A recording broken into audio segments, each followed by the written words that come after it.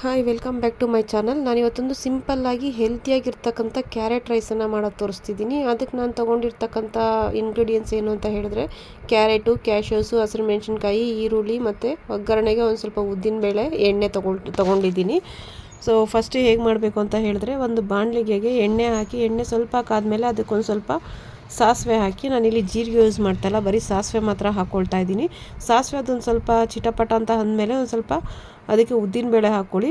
ಕಡಲೆಬೇಳೆ ಹಾಕೋದು ಬೇಡ, ಬರೀ ಉದ್ದಿನಬೇಳೆ ಹಾಕ್ಕೊಳ್ಳಿ. ಮತ್ತು ಉದ್ದಿನಬೇಳೆ ಆದಮೇಲೆ ಒಂದು ಸ್ವಲ್ಪ ಕ್ಯಾಶ್ಯೂಸ್ನ ಹಾಕ್ಕೊಳ್ಳಿ.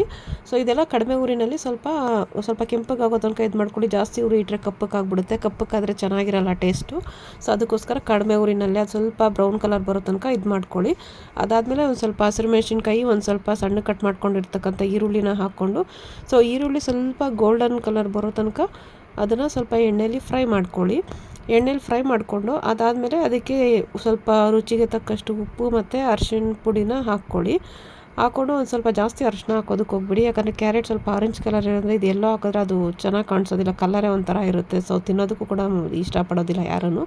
ಸೊ ಅದಾದಮೇಲೆ ಸ್ವಲ್ಪ ತುರಿದಿಟ್ಕೊಂಡಿರ್ತಕ್ಕಂಥ ಕ್ಯಾರೆಟ್ ಹಾಕ್ಕೊಳ್ಳಿ. ಅದು ಕ್ಯಾರೆಟ್ ಹಸಿ ವಾಸನೆ ಹೋಗೋ ತನಕ ಎಣ್ಣೆಯಲ್ಲೇ ಫ್ರೈ ಮಾಡ್ಕೊಳ್ಳಿ.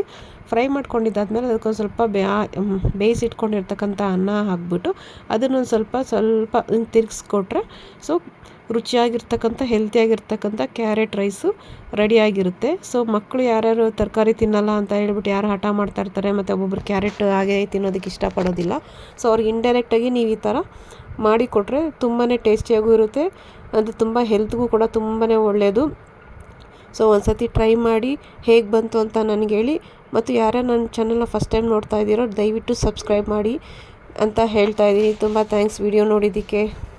ನೋಡಿ ತುಂಬ ಕಲರ್ಫುಲ್ಲಾಗಿ ಬಂದಿದೆ ನೋಡಿ, ವಾವ್, ನೋಡ್ತಾ ಇದ್ರೇ ಒಂಥರ ಬಾಯಲ್ಲಿ ನೀರು ಉರ್ತಾ ಇದೆಯಲ್ವಾ. ಸೊ ತುಂಬಾ ಚೆನ್ನಾಗಿ ಬಂದಿದೆ. ನೀವು ಒಂದು ಸತಿ ಟ್ರೈ ಮಾಡಿ ನನಗೆ ಹೇಗೆ ಬಂತು ಅಂತ ಕಮೆಂಟ್ ಮೂಲಕ ತಿಳಿಸಿ.